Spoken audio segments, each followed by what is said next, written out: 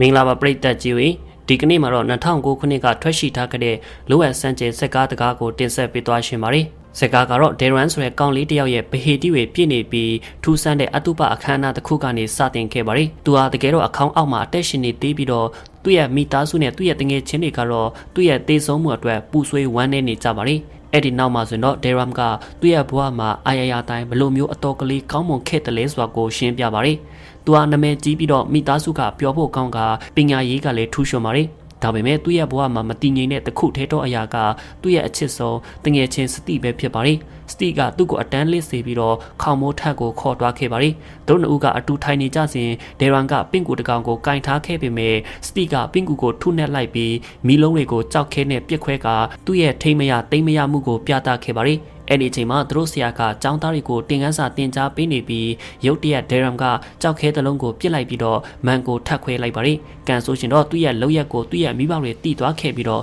သူ့ကိုအလွန်ဆူခဲ့ကြပါတယ်သူတို့ကစတီကိုအပြစ်ပုံချခဲ့ပြီးဒေရမ်ကိုတူနဲ့ခက်ဝေးနေဖို့တတိပေးပါတယ်ဒါအပြင်သူ့ရဲ့အဖေကသူ့ကိုစကကောင်းတင်ပြီးတော့အလုပ်တစ်ခုရှာကမိသားစုဘဝတစ်ခုစတင်ဖို့တိုက်တွန်းနေပါတယ်အတွေးတွေကသူ့ရဲ့စိတ်ထဲမှာပုံပြင်းလို့ထင်ပေါ်နေပေမဲ့နောက်ဆုံးမှာဆိုတော့စိတ်ကူးကဘာထဲကထွက်လိုက်ပါတယ်နောက်တနေ့မှာဆိုတော့ဒေရမ်ကသူ့ရဲ့မိဘတွေသူတို့ယဉ်နီးမှုကိုဘယ်လိုရှေ့မဆက်ဖို့တွန်းအားပေးကြောင်းရှင်းပြရင်းနဲ့စတီနဲ့စကားများခဲ့ပါတယ်စတီကခန်းစားသွားရပြီးတော့ဒေရမ်ဟာသူကိုယ်တိုင်အတွက်ကောတခြားသူအတွက်ကောဘယ်တော့မှရက်တီပေးမှာမဟုတ်ဘူးလို့ပြောပါတယ်သူတို့စကားများနေစဉ်ကားထဲမှာမျိုးသားတစ်ယောက်ကပဒင်းပေါက်ကနေလက်ကမ်းစာဆောင်တစ်ခုကိုလွှင့်လိုက်ပါတယ်အဲ့ဒီစာဆောင်ကတော့စာတူတူ free ဆိုတဲ့ထူးဆန်းထွေလာပြပွဲတစ်ခုအတွက်ဖိတ်စာတစ်ဆောင်ပဲဖြစ်ပါတယ်။ကောင်လေးနှစ်ယောက်စလုံးကစိတ်လှုပ်ရှားသွားကြပြီးတော့သူတို့ရဲ့ဆရာကတားမြစ်ထားပေမဲ့ညဘက်မှာအိမ်တွေကနေခိုးထွက်ကြပါတယ်။သူတို့နှစ်ယောက်ကစပိန်ဝင်နဲ့လိပ်စာအတိုင်းသွားကြပြီးတော့ဒေရမ်ကစတီဟာတွေးဆိုးဖို့ကောင်လေးကိုဘယ်လိုမျိုးစိတ်ဝင်စားကြောင်းနဲ့တူကိုရိုင်ကတော့ပင့်ကူတွေကိုဆွဲလန်းကြောင်းရှင်းပြပါတယ်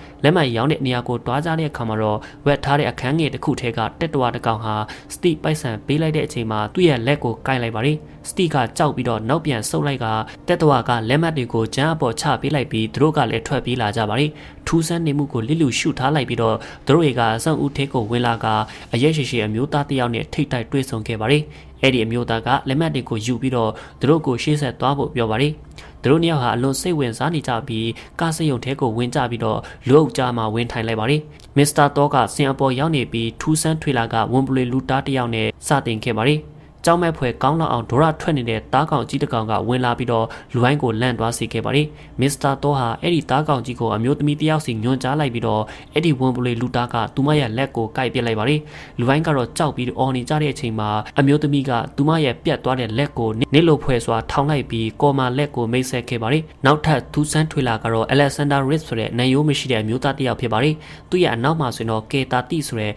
အလွန်တန်မာတဲ့တွားတွေရှိတဲ့အမျိုးသမီးတစ်ယောက်ကထွက်ပြပါတယ်။သူမပြီးသွားတဲ့နောက်မှာဆိုတော့ချက်ချင်းဆိုသလိုပဲတကယ်ဘိုက်နှစ်ဘိုက်ရှိတဲ့ remote ဘိုက်နှစ်ဘိုက်ဆွဲအမျိုးသားကိုတွေ့နေရပါတယ်သူကအာရယာတိုင်းကိုမျိုးချပြီးတော့ပါဇက်ထဲကနေသုံးဘိန်းစပိန်တစ်စီးထွက်လာပါတယ်သူစပိန်ကိုစီးထွက်သွားတဲ့အခါမှာတော့နောက်ထပ်ထူးဆန်းထွေလာမွေလူသားတစ်ယောက်ဖြစ်ပါတယ်သူကတော့ဂီတဖျော်ဖြေမှုလုပ်နေပေမဲ့သူ့မွေဘစ်ပိုကအတန်ချက်ဆက်ကိုစားပြစ်လိုက်ပါတယ်ဒါကြောင့်မစ္စတာတော့ဟာသူ့ကိုထွက်သွားခိုင်းပါတယ်အဲ့ဒီနောက်မှာဆိုတော့ညွတ်ယူဖန်းစားဖွယ်မက်တန်ထရစကာကရောက်လာခဲ့ပြီးဒေရမ်ကိုဗော်လန်တီယာအဖြစ်ခေါ်လိုက်ပါတယ်ဒါပေမဲ့သူမကသူနဲ့ပတ်သက်ပြီးတစုံတရာကိုမန်းဆမြင်အောင်လိုက်ကသူ့အနားကနေထွက်သွားပါတယ်အဲ့ဒီနောက်ရုတ်တရက်မုတ်စိတ်တွေရှီထွက်လာပြီးသူမရဲ့ထူးဆန်းမှုကပေါ်ထွက်လာပါတယ်ဒါပေမဲ့သူမကအမွေးတွေကိုရိတ်ပြက်ပြီးတော့ဖျော်ဖြေရေးဆက်လုပ်ပါတယ်နောက်ထပ်တင်ဆက်မဲ့သူကတော့လာတွန်ခရက်ပလီဖြစ်ပြီးသူကသူ့ရဲ့ပင့်ကူမက်တန်အော်တာနဲ့ထွက်လာပါတယ်သူကပလွေကိုမွန်းလိုက်ပြီးတော့ဒိုရီယာအတူကကြပါလိဒါပေမဲ့ခရစ်စလီဖျော်ဖြေနေတဲ့အချိန်မှာစတီကသူဟာတကယ်တော့ဘာဟော်တန်ဆိုရဲ့တွေးဆိုးဖို့ကောင်တယောက်ဖြစ်ပြီ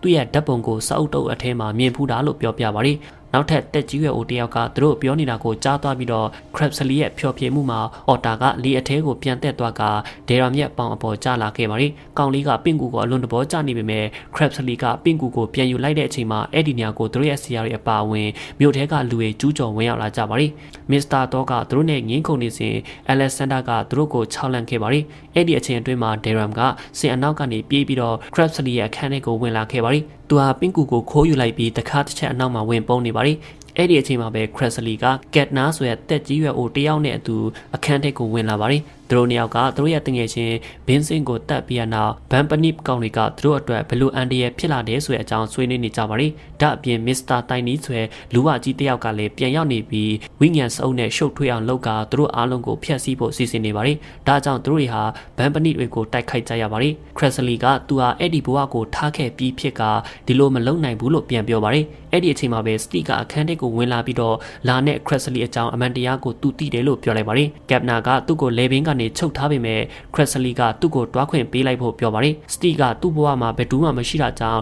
တွေးဆိုးဖို့ကောင်တကောင်ဖြစ်ချင်တယ်လို့ပြောပါတယ်။သူ့ရဲ့အဖေကပျောက်နေပြီးသူ့ရဲ့အမေကအရက်သမားဖြစ်တာကြောင့်သူလွတ်မြောက်ဖို့လွယ်ပါတယ်ခရက်ဆလီကလည်းလက်ခံလိုက်ပြီးစတီရဲ့သွေးကိုအရသာခံကြည့်ပါတယ်။ဒါပေမဲ့သူ့ရဲ့သွေးကတွေးဆိုးဖြစ်နေတာကြောင့်ခရက်ဆလီဟာသူ့ကိုပြောင်းလဲပေးဖို့ငင်းဆိုလိုက်ပါတယ်။စတီကစိတ်တူသွားပြီးတော့ဒေါ်လာကြီးနဲ့ထွက်သွားပါတယ်။ကက်နာကလည်းနှုတ်ဆက်ကထွက်သွားပြီးတော့ဒီတစ်ချိန်လုံးမှာဒေရမ်ကတခါနောက်မှာပုံနေခဲ့ပါတယ်။ခရက်ဆလီဟာတာကိုတတိထားမိသွားပြီးတော့ချက်ချင်းပဲလိုက်ဖမ်းခဲ့ပါတယ်။သူကလည်းနောက်ထဲကနေထွက်ပြေးလာပြီးအပြင်ဖက်ကိုရောက်လာပါတယ်။ကားတစ်စီးကသူ့ကိုစီးခွင့်ပြုတ်ပြီးဒေရမ်ကကားနောက်ခုံမှာဝင်ထိုင်လိုက်ကတန်တမမအမျိုးသားကြီးနှစ်ယောက်ကြားသူရောက်နေတာကိုတွေ့လိုက်ရပါတယ်။သူတို့ကသူ့ကိုစတိလားလို့မေးပါတယ်။ဒေရမ်ကငင်းတဲ့အခါမှာတော့သူတို့နှစ်ယောက်ကစိတ်ဝိညာဉ်နဲ့ကံကြမ္မာအကြောင်းမေးခွန်းများစွာကိုမေးခဲ့ပါတယ်။အဲ့ဒီအချိန်မှာမာလာဆိုတဲ့အမျိုးသားကသူ့ကိုတွေးသိပ်လို့ယူဆပြီးတော့သူ့အိမ်မှာချပေးခဲ့ပါတယ်။နောက်တနေ့မနေ့ခင်းမှာဆိုတော့ဒေရင်ကသူ့ရဲ့အိတ်ကိုဖွင့်လိုက်ပြီးအော်တိုကိုအစာကျွေးဖို့စူးစမ်းနေတဲ့အချိန်မှာစတီကရလာပြီးတော့ကြီးမားတဲ့ပင့်ကူကိုကြည့်ရှင်နေခဲ့ပါတယ်။ဒါပေမဲ့သူဟာပင့်ကူကိုကြည့်နေတဲ့အချိန်မှာစတီကမတော်တဆ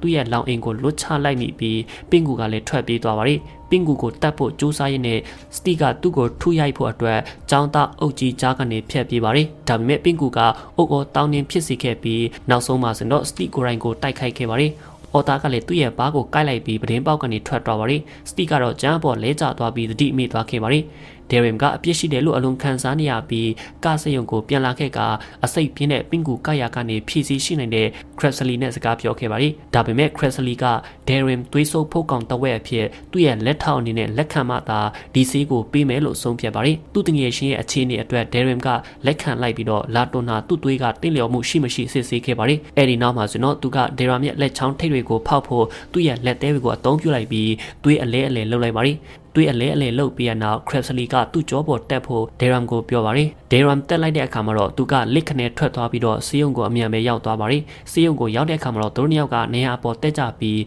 စတီရဲ့ဆေးရုံခန်းထဲဝင်ကြပါတယ်စတီကသူ့မျက်လုံးကြီးလုံးဝကိုအစိမ့်မိလဲနေခဲ့ပါတယ်ကံကောင်းစွာနဲ့ပဲခရက်ဆလီရဲ့အစိတ်ဖြည့်စီကအလုတ်ဖြစ်ခဲ့ပြီးစတီကအသက်ဆာရှူလာပါတယ်ဒါပေမဲ့အလုတ်ပြီးသွားရတဲ့ဒေရင်ကိုကိုယ့်ရဲ့မိသားစုကိုပြန်မတတ်ဖို့တတိပေးပြီးနောက်ခရက်ဆလီကလည်းပျောက်သွားပါတယ်နောက်တစ်ခါမှဆိုတော့ဒေရင်ကအလွန်အမင်းတက်ကြွနေတာကိုတွေ့နေရပါတယ်။သူဟာအားကောင်းလာတဲ့စွမ်းအားတွေနဲ့စတိကိုပြန်လဲကြိုးဆိုပြီးတော့သူ့အိမ်ရေခဲတစ်တာအထက်ကအသားစိမ်းတွေကိုစားလာခဲ့ပါတယ်။ဒါအပြင်သူကသူ့ညီမလေးရဲ့လေပင်ကိုကိုက်ပြီးတော့တက်ပစ်ဖို့စိတ်ပေါက်နေခဲ့ပါတယ်။ဒါပေမဲ့အချိန်မီလေးမှာပဲသူဟာတတိပြန်ကပ်ပြီးတော့ထွက်သွားခဲ့ပါတယ်။အဲ့ဒီညမှာဆိုတော့ခရက်ဆလီဟာသူ့အခန်းထဲကိုရောက်လာခဲ့ပြီးဒေရမ်ကတွေးဆောင်လှုပ်ဆော်မှုတွေအကြောင်းပြောပြပါတယ်ခရက်ဆလီကသူ့အနေနဲ့မိသားစုကိုထားခဲ့ရမှာဖြစ်ပြီးဒီလိုထားခဲ့ဖို့လဲတင်ဟန်ဆောင်ရမယ်လို့ရှင်းပြပါတယ်ဒေရမ်ကလည်းတဘောတူလိုက်ပြီးတော့သူ့ရဲ့မိဘတွေနဲ့နောက်ဆုံးအချိန်လေးကိုကုံဆုံးခဲ့ပါတယ်သူ့ညီမလေးကိုနမ်းလိုက်ပြီးရနောက်ခရက်ဆလီနဲ့အတူသူခေါင်မိုးအပေါ်မှာထိုင်နေပြီးတော့အရေးသမျိုးကိုတောင်းလိုက်ပါတယ်တပိပြင်းနဲ့သူ့ရဲ့အသိစိတ်တွေ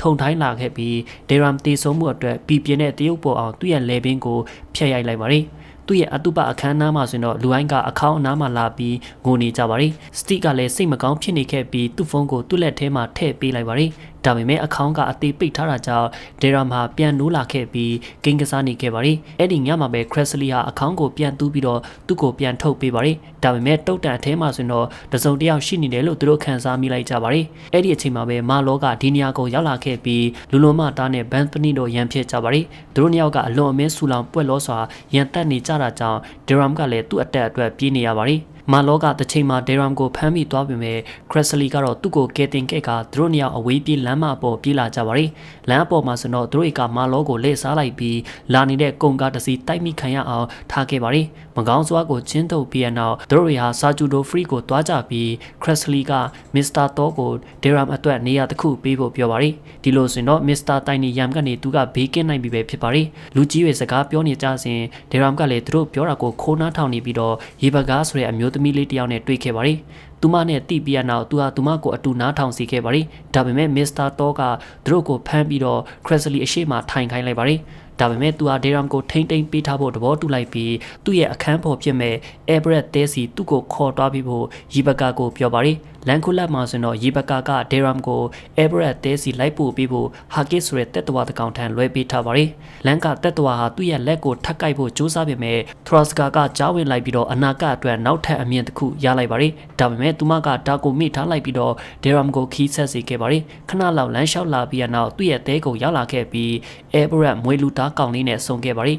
အကျေးခွန်တွေနဲ့ကောင်လေးကသူ့ကိုစီးကမ်းတွေအားလုံးပြောပြပေးပြီးတော့သူ့ရဲ့အတန်သွင်းစတူဒီယိုနဲ့ဝေးမှနေဖို့တောင်းဆိုပါတယ်ဒေရမ်ကလည်းအချက်အားလုံးကိုပျော်ရွှင်စွာနဲ့လက်ခံခဲ့ပြီးတော့သဘောတူတဲ့အနေနဲ့သူတို့နှစ်ဦးကလက်ဆွဲနှုတ်ဆက်ကြပါတယ်တစ်ချိန်တည်းမှာပဲထရက်စကာဟာခရက်စလီကိုသူရုတ်တရက်ပျောက်သွားတာနဲ့ပတ်သက်ပြီးတော့ရန်တွေ့နေခဲ့ပါတယ်ခရက်စလီကသူ့အလုပ်များနေလို့ဆိုပြီးအကြောင်းပြလိုက်ပြီးတော့သူ့ရဲ့အဖေကိုစိတ်တည်ငြိမ်သွားအောင်ဆက်ကြိုးစားနေပါတယ်အောင်မြင်ပဲလုပ်နိုင်သွားပါတယ်တစ်ဖက်မှာဆိုတော့စတီရဲ့နေစဉ်ဘဝတာကိုမြင်တွေ့နေရပါတယ်။သူဟာအလွန်အမင်းရန်လိုနေပြီးတော့အယယာကိုစိတ်ဝင်စားဖြစ်နေခဲ့ပါတယ်။သူကအကြောင်းသားတွေနဲ့ရန်ဖြစ်ပြီးဆရာဝေကိုမထိမဲ့မြင်လုပ်ပါတယ်။နောက်ဆုံးမှာဆိုတော့သူဟာအကြောင်းအဆောက်အုံထိပ်ကိုတက်ပြီးတော့တတ်တည်ဖို့လုပ်ပါတယ်။အဲ့ဒီအချိန်မှာပဲမစ္စတာတိုင်းနီကသူ့စီကိုရောက်လာပါတယ်။လူဝကြီးဟာသူ့ရဲ့တငယ်ချင်းဟာမတီးသေးလောက်ဘူးလို့သူ့ကိုရှင်းပြပြီးတော့စတီရဲ့အိမ်မက်ကိုသူ့တငယ်ချင်းကရယူသွားပြီလို့ပြောပြပါတယ်။ကဘာပြက်ကိန်းအပြီးမှဆိုတော့သူကကဘာကြီးကိုဘယ်လိုအုပ်စိုးမဲဆိုရယ်သူ့ရဲ့အကြံစီတွေကိုတေချာပြောပြပါတယ်။ပြီးတော့ဒေရမ်ကဒီအရာအတွက်တင့်တော်တဲ့လူဆိုပြီးပြောပါတယ်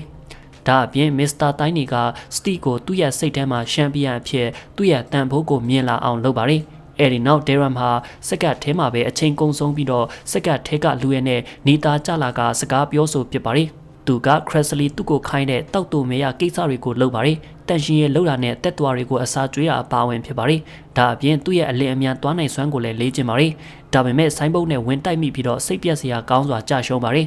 ညရောက်တဲ့အခါမှာတော့မီးပုံပတ်လည်မှာလွန်မတောင်းရင်နဲ့အတူထိုင်ပြီးတော့သူတို့ရဲ့လှုပ်တဲ့အတိတ်ပင်မဲ့တဲ့လှုပ်ရက်တွေကိုကြည့်ပါတယ်အဲ့ဒီနောက်အဘရာနဲ့စကားပြောတော့အဘရာကဒီစက္ကန့်စခန်းလေးဟာသူ့ဘဝတစ်လျှောက်လုံးမှာသူ့ရဲ့မိသားစုပဲလို့ပြောပါတယ်မိသားစုနဲ့တငယ်ချင်းတွေအကြောင်းတွေးဖြစ်တော့ဒေရမ်ဟာသူနဲ့စတီရဲ့ဓာတ်ပုံတွေကိုပြန်ကြည့်မိခဲ့ပါတယ်အဲ့ဒီလိုကြည့်ဖြစ်တာကအဆုံးမှာသူ့တငယ်ချင်းကိုဖုန်းလမ်းဆက်ဖို့တွန်းအားပေးလိုက်တယ်လို့ပဲဖြစ်ပါတယ်ဒါပေမဲ့ခရက်စလီကသူ့ကိုမိသွားခဲ့ပြီးသူ့ရဲ့ဖုန်းကိုခွဲပစ်လိုက်ပါတယ်အဲ့ဒီအချိန်အတွင်းမှာပဲမစ္စတာတိုင်းနီကစကန်ကိုရောက်လာပြီးတော့တက်သွားအားလုံးကအမျက်တနိုးနဲ့သူ့ကိုပြေးကြိုကြပါတယ်အဲ့ဒီနောက်မှာဆိုတော့ရုပ်ရှင်ပြကွက်ကမစ္စတာတော့ရဲ့တဲအိမ်စီကိုပြောင်းသွားခဲ့ပါတယ်အဲ့ဒီမှာဆိုတော့မစ္စတာတိုင်းနီကကောင်းကလေးကိုသူ့စီလွဲပေးဖို့သူတို့ကိုတောင်းဆိုပါတယ်သူကအတင်းကျူးကျော်စော်ကားပြောဆိုပေမဲ့မစ္စတာတော့ကသူ့အနေနဲ့အလင်းစလိုဆုံးဖြတ်မှာမဟုတ်ကြောင်းနဲ့ဘာလို့တင်တယ်လဲဆိုတာကိုအချိန်ယူစဉ်းစားမယ်လို့ပြန်ပြောပါတယ်ဒီလိုနဲ့ပဲစကားဝိုင်းအဆုံးသတ်သွားခဲ့ပြီးမစ္စတာတိုင်းနီကပြန်ထွက်သွားတဲ့အချိန်မှာဒေရမ်ကိုစောင့်ကြည့်ထားဖို့သူ့ရဲ့တက်သွားတွေကိုအမိန့်ပေးပါတယ်နောက်တနေ့မှာဆိုတော့တက်သွားငယ်တွေဟာစကန်တစ်လျှောက်လုံးဒေရမ်အနောက်ကိုလိုက်နေကြပါတယ်သူအလုံးလုံးနေတဲ့အချိန်မှာရောရေဘကာကိုသူအဝတ်အစားဆိုင်မှာတွားတွေ့တဲ့အချိန်မှာရောအနောက်ကနေလိုက်နေခဲ့ပါတယ်။ဆိုင်အထဲမှာဆိုတော့သူကဘောင်းဘီအစ်စ်တွေစမ်းဝတ်ကြည့်ပြီးရေဘကာရဲ့တဘဝလွန်အစွမ်းကိုမေးပါတယ်။ဒေရင်မေးလိုက်တော့သူမကမြောက်လူသားတစ်ယောက်ဖြစ်ပြီးအမည်ရှိတယ်လို့ထုတ်ပြောပါတယ်။ဒီအမှန်တရားကသူ့ကိုစိတ်ရှုပ်စေလိုက်တဲ့အခါမှာတော့သူဟာညဖက်လမ်းလျှောက်ထွက်နေခရစ်စလီနဲ့အတူလိုက်သွားပါတယ်။ခရစ်စလီကသူ့ရဲ့ခွန်အားနဲ့ရှင်တန်ရက်တီနိုင်စွမ်းကိုစစ်ဆေးဖို့သူ့ကိုအပြင်ခေါ်သွားပါတယ်။စစချင်းမှာတော့ဒေရမ်ကသူ့ကိုတူတော်မကာကွယ်နိုင်ပါဘူး။ခရက်စလီကိုထိခိုက်ဒဏ်ရာရအောင်နည်းနည်းလေးတော့မလုပ်နိုင်ခဲ့ပါဘူး။ဒါပေမဲ့တပိဖိနဲ့သူ့ရဲ့လက်တစ်ပြတ်တုံ့ပြန်နိုင်စွမ်းတွေကထက်မြက်အောင်လုပ်နိုင်လာပါတယ်။ဓမြောင်လက်နဲ့တက်ဆင်ထားသလိုမျိုးသူ့ရဲ့လက်သေးတွေကိုအတုံးပြုဖို့ခရက်စလီကအကြံပေးပါတယ်။ဒါပေမဲ့ဒေရင်ရဲ့အရေးအတွေးကအ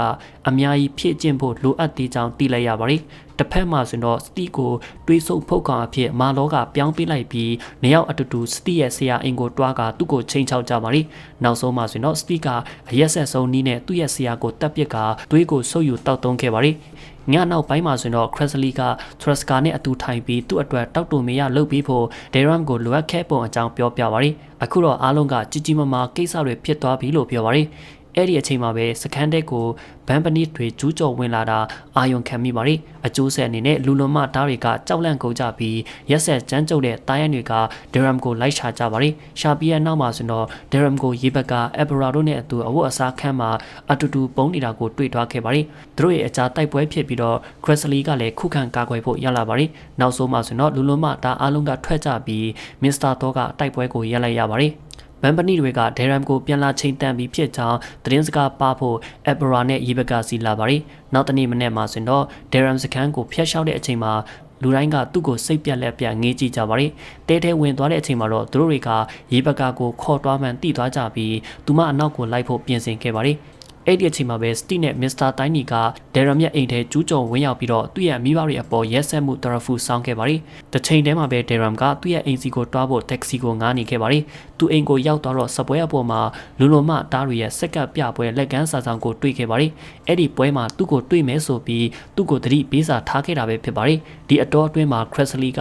ဒဲရမ်ရဲ့နှုတ်ဆက်စာကိုအော်တာကနေတဆင့်ရခဲ့ပါတယ်ပြီးတော့တိုက်ခိုက်ဖို့အတွက်သူ့ကိုယ်သူစပြီးပြင်ဆင်ပါတယ်သူ့ရဲ့တရေတိုင်းကျိုးကိုထုတ်ပြီးတော့အလက်ဆန်ဒါနဲ့ရီမက်စီကဓာတ်တွေကိုငားယူခဲ့ပါတယ်သူကပြဆက်ရုံကိုဥတီပြီးတွားခဲ့ပါတယ်အဲ့ဒီမှာဆိုရင်တော့ကျိုးရင်နဲ့တုံနောင်ထားခံရတဲ့သူ့ရဲ့မိသားစုနဲ့ရေပကာကိုတွေးဖို့လာတဲ့ဒဲရမ်ကိုမြင်နေရပါတယ်ဒါအပြင်စတီကဆင်အပေါ်မှာပေါ်လာပါတယ်ဒရမ်ကိုမြင်တော့ပျော်သွားခဲ့ပါတယ်ဒါပေမဲ့နှစ်ယောက်အကြားမှာမယုံကြည်မှုတွေဖြစ်လာပြီးတော့စတင်ပြီးအချင်းများကြပါတယ်စကားများရာကနေရန်ပွဲဖြစ်လာပြီးတော့စတီကဒရမ်ကိုခုံနေအကြားမှာပြက်ပေါက်လိုက်ပါတယ်အဲ့ဒီအချိန်မှာပဲခရက်စလီကအဲ့ဒီနေရာကိုရောက်လာပြီးမာလောနဲ့ပြင်းပြင်းထန်ထန်တိုက်ခိုက်ကြပါတယ်သူတို့နှစ်ယောက်စလုံးကကြမ်းကြမ်းတန်တန်တိုက်ခိုက်နေတဲ့အချိန်မှာရေဘက်ကသူ့ဘာသာသူဂျိုးဖြေလိုက်ပြီးတော့ဒရမ်စီတွားကသူမရဲ့သွေးကိုတောက်ဖို့ပြောပါတယ်အများကြီးစဉ်းစားပြီးနောက်မှာဆိုရင်တော့ရေဘက်ကရဲ့ပခုံးကနေသွေးတစ်ကြိတ်ကိုတောက်လိုက်ပါတယ်ပိုတန်မာပြီးတော့ပြန်လဲထူထောင်နိုင်လာအောင်ဖြစ်ပါတယ်ဒီအတော်အတွင်းမာလောကနေရန်နေနဲ့ပြေးရိုက်တဲ့အတွက်ကြောင့်ခရက်စလီရဲ့အခြေအနေကပိုဆိုးလာပါတယ်